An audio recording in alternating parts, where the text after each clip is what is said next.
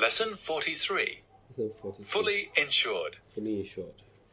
Listen to the tape, then tape. answer the question Then below. ask the question below. Who owned the Who pie owned dish and why? And why? Insurance companies are normally willing to insure anything.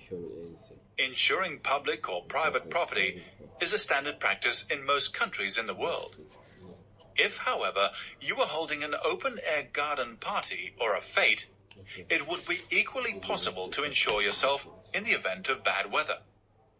Needless to say, the bigger the risk an insurance company takes, the higher the premium you will have to pay. It is not uncommon to hear that a shipping company has made a claim for the cost of salvaging a sunken ship. But the claim made by a local authority to recover the cost of salvaging a sunken pie dish must surely be unique.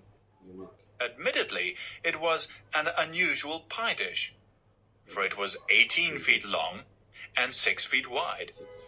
It had been purchased by a local authority so that an enormous pie could be baked for an annual fair. The pie committee decided that the best way to transport the dish would be by canal, so they insured it for the trip.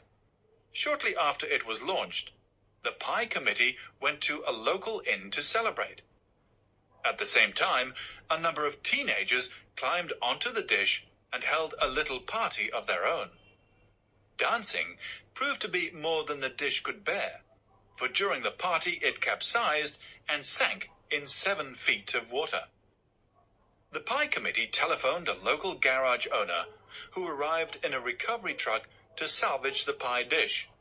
Shivering in their wet clothes, the teenagers looked on while 3 men dived repeatedly into the water to locate the dish. They had little difficulty in finding it, but hauling it out of the water proved to be a serious problem. The sides of the dish were so smooth that it was almost impossible to attach hawsers and chains to the rim without damaging it. Eventually, chains were fixed to one end of the dish, and a powerful winch was put into operation. The dish rose to the surface and was gently drawn towards the canal bank. For one agonizing moment, the dish was perched precariously on the bank of the canal, but it suddenly overbalanced and slid back into the water. The men were now obliged to try once more. This time, they fixed heavy metal clamps to both sides of the dish so that they could fasten the chains.